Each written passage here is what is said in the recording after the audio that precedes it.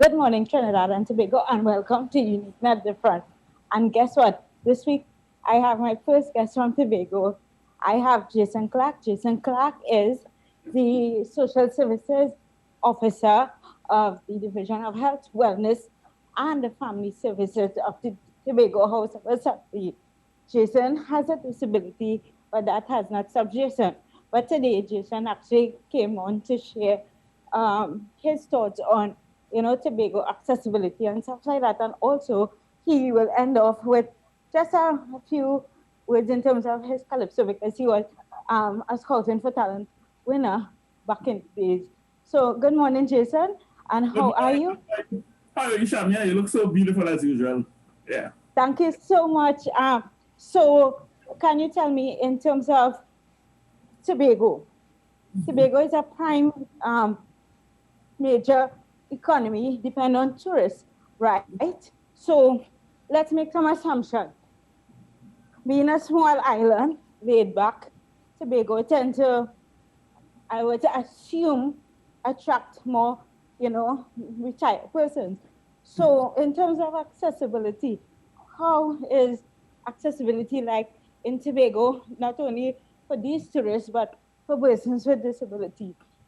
Okay. Yes, Shamla. And you're so correct because well, as let me start off by welcoming TNT and the whole audience out there that I'm Social Services Officer under the Division of Health, Wellness and Family Development.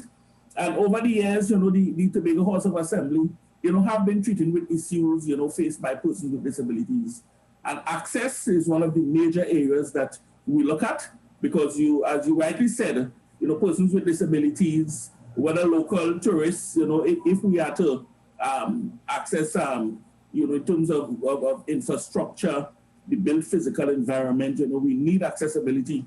And, through the Tobago House of Assembly, we have been collaborating with the Division of Tourism, all the other divisions over the years. And as you mentioned, tourism, I remember in the earlies under the Disability Unit, we collaborated with the Ministry of Social Development in Trinidad and Tourism, where we were able to produce a book called Access TNT. And this booklet was able to identify places that are accessible for tourists when they come. So we have hotels, guest houses, and we are in the process of developing an accessibility scale. And many of them have access to enter the building, but then when you're getting there now, the toilets are too narrow, the bedrooms. But already Tobago House of Assembly, in particular the Division of Infrastructure, quarries and environment. New infrastructure have been seen that have been put in place. They have been considering, to an extent, accessibility. But as we look forward in the United Nations Convention on the Rights of Persons with Disability, we know we have the concept of progressive realization. So we know it won't happen overnight, but we have been seeing some steps being taken. We've been seeing accessible parking. We have some persons with disabilities employed.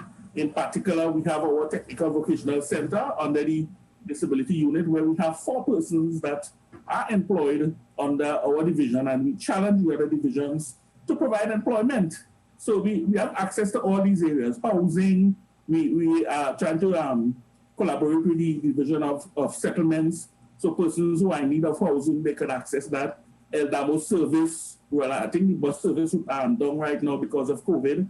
So we have all these different areas where we have been seeing some improvement. So we must give kudos to the Assembly for at least, bringing to the issues some of our challenges. We have the Tobago Coordinating Committee that was established under our disability unit, under the Division of Health, Wellness and Family Services, where the Coordinating Committee now been able to advise the Tobago House of Assembly on policy formulation and implementation.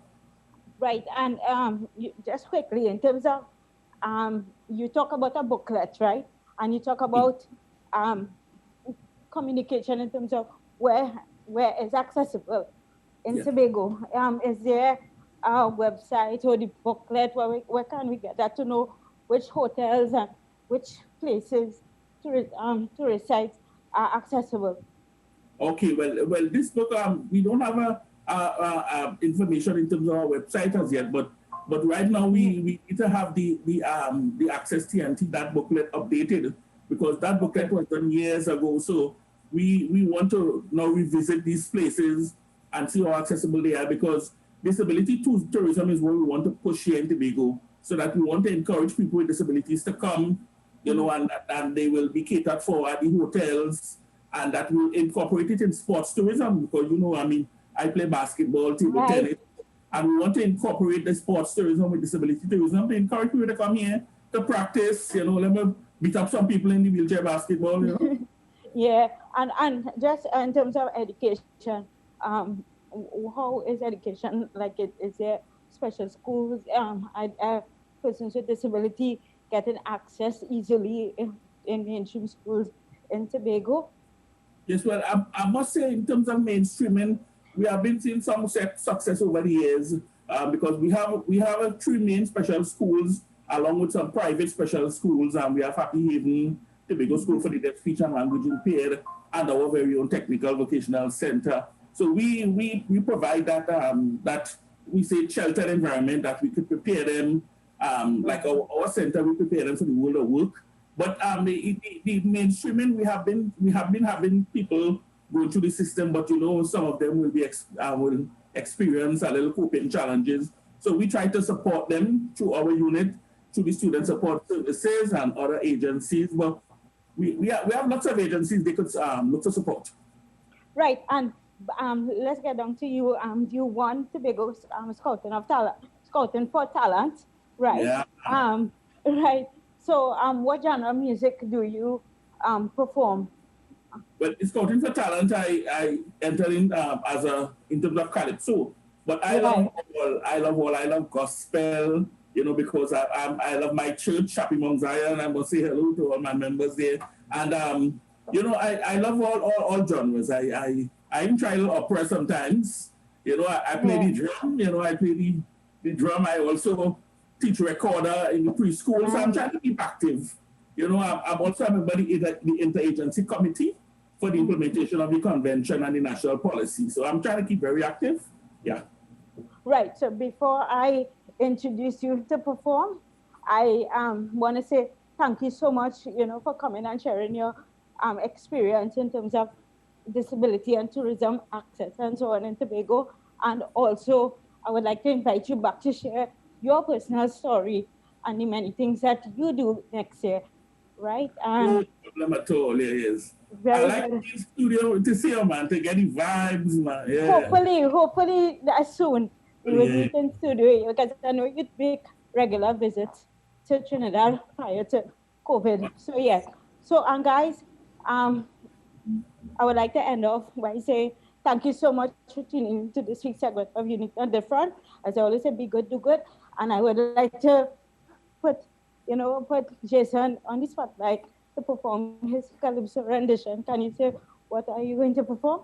Okay, the song is The Plight of a Rail Chairman, and this song was inspired to my, you know, I'm being on a wheelchair, you know, and all the hours I'm waiting for transport on the road. So I wrote this song, The Plight of a Rail Chairman. Enjoy. I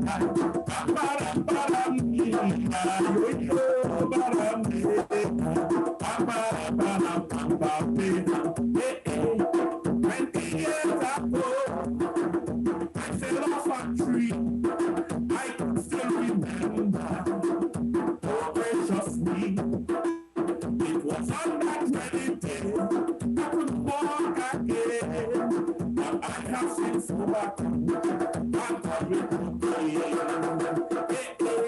I was on the road trying to get a taxi. Some drivers turn their head, simply ignore me. Wheelchair man, what we really need is adapted transportation. Wheelchair man, promised by the THA and the government of the nation. So when you're passing in your fancy car, just remember the plight of a wheelchair man. And when you're fronting and your master or your bosom, just remember that I am a driver too.